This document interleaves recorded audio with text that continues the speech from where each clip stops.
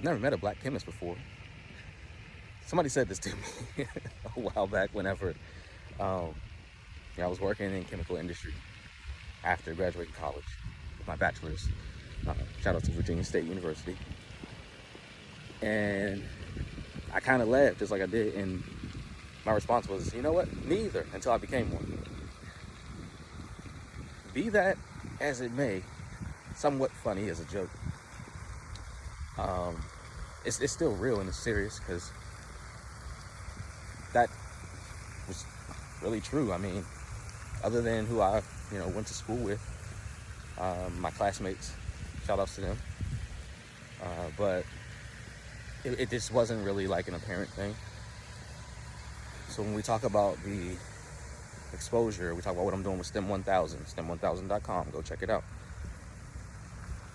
It's not just because, right? It's not just like, oh, I think this is a good idea. It's necessary. It's a real discrepancy in need that I personally not just saw, I lived it. It's a real thing. It's like my lived experience of navigating that, becoming that, and then seeing the benefit and the impact on other people just in the fact that they knew me growing up and I became that thing. Or whatever, right? We had conversations and it just so happened that came across and they were like, what? Even when I talk to folks in the education space and share where I kind of started professionally, that's always a conversational point because it's just not that common. And I had to get to a point in realization that I'm not common. Not to be cocky or boisterous or anything like that, but that is true. But my thing with that is, why not? Why is that not more common? Because it can be. Right? The opportunity in terms of job availability and openings, and that's really there. There are a lot of STEM jobs that just aren't even filled. But I realized that it starts with that early exposure, that continued support, nurturing, which I had.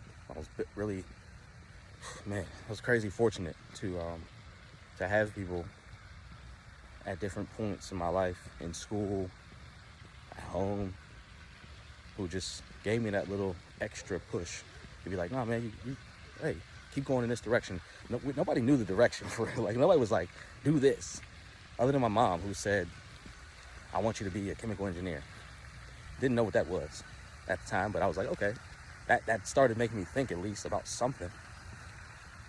But if you don't have that, at least if you don't get it early enough, it just makes it that much more difficult. So what are we doing early on? What are we starting with? Where are the launch points? Where are the access points? That's what STEM 1000 is. That's what the Julia Elizabeth Legacy Scholarship is. That's what I am. That's what I'm about.